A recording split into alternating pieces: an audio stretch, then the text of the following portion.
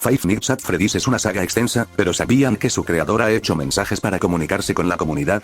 El video de hoy tratará sobre publicaciones y comentarios en el Reddit de Scott Cawthon, el cual estará en la descripción para que lo visiten ustedes mismos. Solo hablaré de los mensajes relevantes porque, pues no sé por qué Scott viendo Capitán América apoya el lore de FNAF, cuando sabemos que el verdadero lore de FNAF es gracias a Batman Arkham. Pero antes de empezar, créditos a SG, ya que usé como referencia uno de sus vídeos antiguos. Así que empecemos con esta publicación que se llama El problema del retcon. Empecemos con lo importante del primer párrafo. Hice una broma anoche sobre los retcons y se hizo evidente que es muy importante para mucha gente, y es comprensible. Tengo mucho respeto por esta comunidad, y lo último que quiero es que alguien piense que cambio los detalles imprudentemente por capricho. Te aseguro que no es así. Bien, aquí básicamente nos dice que Scott no hace retcons cada 5 segundos. Qué mal envejeció esto, ya que tenemos varios retcons de FNAF que son bastante obvios. Un ejemplo es como la muerte de Charlotte, cambió de 1982 a 1983, el género de Charlotte, y más retcons. Pero ¿les gustaría un video hablando de los retcons de FNAF? Pasando al segundo párrafo, dice, la verdad es que he hecho un retcon real en la serie. Ha habido otros momentos, sin embargo, en los que mis intenciones originales no quedaron claras. En esos casos, hago un esfuerzo por aclararlo en el siguiente juego. Eso no es realmente un retcon, es simplemente un intento de guiar la historia hacia donde originalmente se pretendía que fuera. Aquí básicamente dice que hizo un solo retcon, y que cuando sus intenciones originales no quedan claras, las aclara en el siguiente juego. Esto fue lo que pasó con la fecha de FNAF 4, donde no quedó claro, y en Sister Location se nos mostró la fecha. Luego de eso, Scott pone como ejemplo la teoría adulta, que era básicamente Kane Carter spoileando The Return to Freddy's Frankfurt. Después nos dice que usó Sister Location para explicar FNAF 4, que sería el ejemplo de la fecha mencionado antes. Continuando con el post, Scott dice, actualmente, existe un concepto erróneo de Sister Location que quizás también deba aclarar algún día, o tal vez lo deje para atormentar al fandom. Ustedes deciden cómo interpretar ese concepto erróneo. Tercer párrafo. Entonces, si bien es cierto que la historia ha desarrollado nuevos detalles con el tiempo, que pueden no haber sido planeados desde el principio, eso no significa que las piezas no encajen como un todo. Hay mucha información abarrotada en estos juegos, y siempre habrá detalles que no transmito al 100% como pretendía. Intento aclarar esos elementos, pero ciertamente no estoy retocando las cosas a voluntad. Tengo más respeto por la comunidad que eso. Aquí básicamente dice lo que ya sabíamos sobre aclarar detalles y sobre los retcons. También nos deja claro que, aunque la historia no estuviera planeada desde el inicio, los detalles siguen encajando, cosa que dudo pero ok. Y la postdata es básicamente Scott diciendo que el retcon se integró bien y que nadie lo descubrió, pero que, si lo hubieran hecho, él lo habría abordado. Algo que nunca hizo, lo que significa que ese retcon aún no se descubre. El siguiente post del que hablaré es una pregunta sobre la historia de Counter y una respuesta, así que pasaré a narrarlo, saltándome la primera parte porque ya debería ser un hecho para todos que el desarrollador indio no es Scott, sino Steve Snodgrass. En la superficie, esto puede parecer una elección extraña para una historia en general, pero hubo un desafío muy específico al hacer el puente. El desafío era este. ¿Cómo tomas personajes que son canónicos, junto con personajes cuestionablemente canónicos y personajes de todos los puntos de la línea de tiempo, y los pones todos juntos en un juego que es canon? Ese es el problema cuando lo piensas. Pero era importante para Scott que el puente significara algo. No quería simplemente una colección sin sentido de minijuegos, aunque seguramente la mayoría de la gente habría estado de acuerdo con eso. Quería que fuera canon, y eso significaba que necesitaba resolver el rompecabezas sustancial de cómo hacerlo. Ahora que todos conocen el problema, tal vez puedan entender su enfoque. Eso no significa que tengas que estar de acuerdo en que fue una buena idea.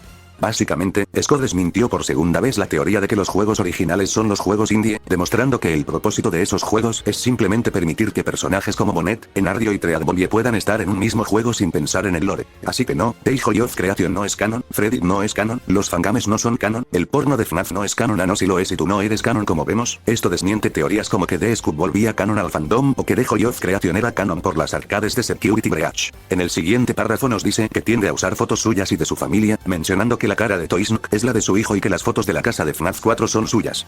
Pero quiero resaltar lo que dice al final. ¿Tienen estos un significado de tradición? Bueno, probablemente ya sepas la respuesta. Así que no, la cara de Toys no prueba nada, ni las fotos de FNAF 4 prueban que FNAF ocurra en Nueva York, como algunas teorías dicen. El siguiente post del que hablaré se llama Solo una nota sobre la historia, donde lo más importante es que nos dice que los juegos mirarán hacia adelante y que usemos los libros para llenar huecos del pasado. Y en los comentarios aclara que se refiere a los Fazbear Freaks, lo cual ya entra en la interpretación de cada uno. Si se refiere a que están dentro de la cronología de los juegos, como dicen algunas teorías, o si se refiere a que nos dan respuestas sobre qué son los Shadows, los Phantoms o ambas cosas. Ahora pasaré a hablar sobre sus comentarios. Empezando por este, en el cual responde a un post donde se hacía una teoría algo conspiranoica, en mi opinión, sobre el nombre Michael. Scott responde que los escritores suelen reutilizar nombres y que, por más intencional que se vea, no lo es. Con esto desmiente esas teorías que conectaban personajes solo por compartir nombre, como la que decía que Michael Brooks y Michael Afton eran el mismo. El siguiente comentario del que quiero hablar es uno donde Scott habla sobre uno de los vídeos de MatPat, en el cual se mencionaban las teorías Mickey Track, FNAF 4 en 1987 y si William es literalmente púrpura. Scott dice que la respuesta está en el video de MatPat, demostrando quién era realmente Springtrap, en qué año ocurre FNAF 4 y quién es el protagonista de ese juego. El siguiente comentario es Scott hablando sobre el tono metálico en la voz de Misael, donde explica que es un efecto secundario de ralentizar su voz y que nunca fue su intención que sonara como un robot. Y no, esto no es un contraargumento a MikeBot, solo dice que no tenía la intención de que sonara robótico a propósito. Scott dice que no hay agujeros en la historia, solo agujeros en la interpretación. Otro comentario que lo ejerció mal, ya que FNAF tiene demasiados agujeros tanto en gameplay como en lore y en fechas. Un ejemplo claro es Afton siendo representado como el hombre amarillo.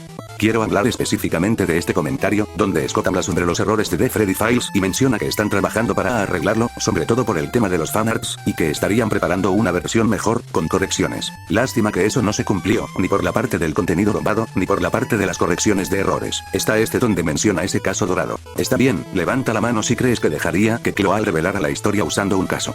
No importa, no respondas eso, suena lo suficientemente tonto como para funcionar. Pero en serio, no puedo decirte cuántos diseños he rechazado porque las empresas arrojan al azar nombres del lore. Estoy bastante seguro de que también rechacé esto, o supongo que existe la posibilidad de que simplemente se me haya escapado.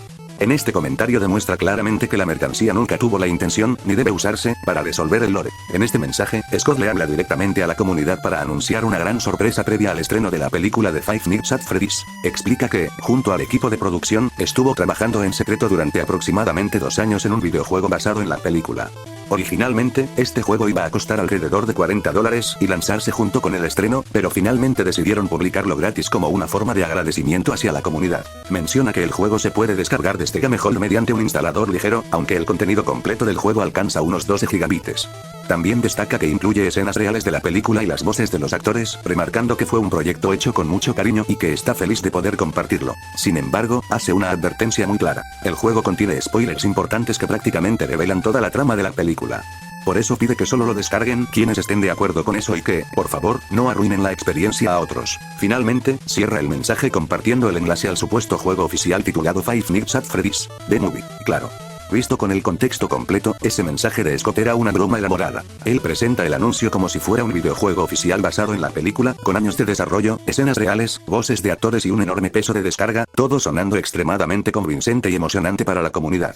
Incluso agrega la advertencia de spoilers para hacerlo todavía más creíble. Pero al final, el enlace no llevaba a ningún juego de la película, sino a Chica in Space, uno de sus juegos antiguos.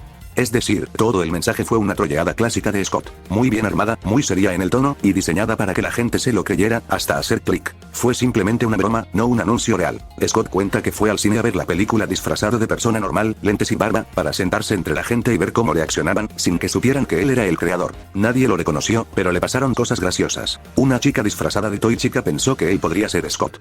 Su novio dijo, amor, está viejo. Scott se rió de eso. Un grupo de fans se sentó a su lado, y luego se cambió de asiento. Él bromea con que tal vez no se puso suficiente desodorante. En una función llena escuchó a la gente aplaudir y gritar, y eso fue lo que más disfrutó. Un chico le dijo hey, papá, y él respondió el chiste. Una chica solo le dijo que le gustaba su polera de Security Breach. Al final, Scott agradece a la comunidad por el estreno y dice que sí está leyendo las críticas y comentarios. Este mensaje Scott lo escribe porque, de la nada, apareció público un juego oficial de FNAF en Roblox que todavía estaba en pruebas. Y lo que está explicando es básicamente esto. Sí, el juego es real y oficial. No era un fangame ni un fake. Pero estaba en una fase súper temprana, con recursos temporales, mecánicas sin terminar, cosas de prueba. Ni siquiera era una versión beta, era algo interno. Scott dice que él aprobó un simple skin, un detalle visual, y alguien interpretó esa aprobación como si fuera luz verde para publicar el juego completo en Roblox. O sea, un error interno gigantesco de comunicación. Cuando se dio cuenta de que el juego estaba público, lo bajó inmediatamente. Y deja claro algo importante, él mismo ni siquiera había jugado esa versión todavía, porque no estaba lista para mostrarse. Por eso el tono del mensaje es tan frustrado y confundido. No está enojado con los fans, está en shock por cómo algo tan verde y sin terminar terminó expuesto al público como si fuera un lanzamiento oficial. Cuando dice lo arreglaré en 2024, se refiere a que el proyecto sí seguirá, pero bien hecho, cuando realmente esté listo. En resumen, no fue una filtración externa, no fue un hackeo, no fue un teaser planeado. Fue un error interno muy grande que publicó por accidente un proyecto que aún estaba en pañales. Scott aquí está aclarando el caos que se armó alrededor de algo llamado The Talbert Files, que muchos estaban diciendo que era una versión filtrada y antigua de The Freddy Files.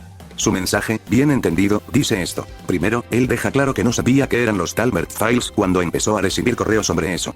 O sea, no era algo que él reconociera como un proyecto real en el que hubiera trabajado. Luego explica algo muy importante sobre cómo funciona FNAF detrás de cámaras. Muchas veces, las compañías con las que trabaja, editoriales, merch, etc.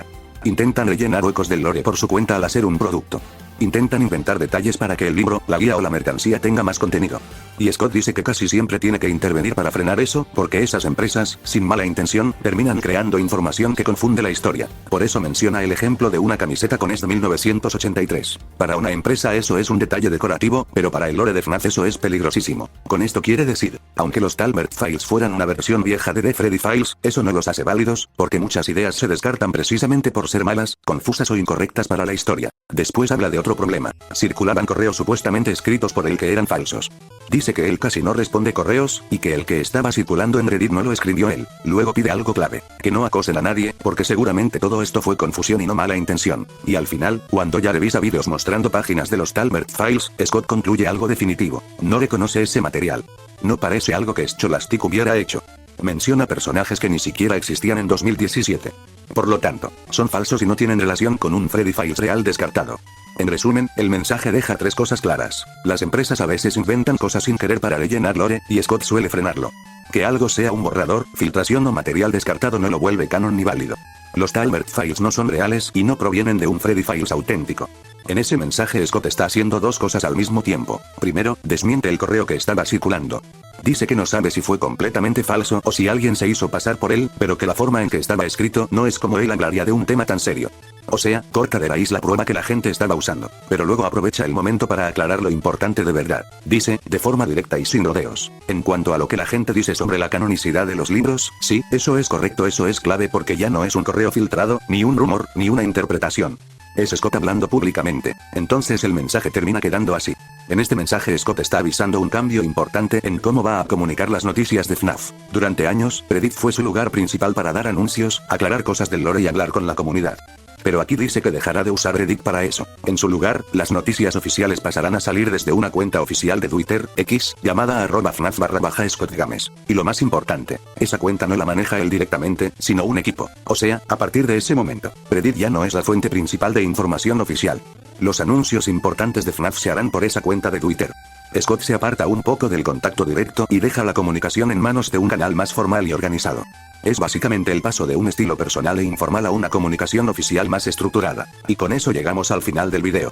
En la descripción les dejo el enlace al Reddit de Scott para que puedan leer los posts y comentarios por ustedes mismos. Si creen que se me pasó algún detalle importante, pueden dejarlo en los comentarios. Eso sería todo por hoy.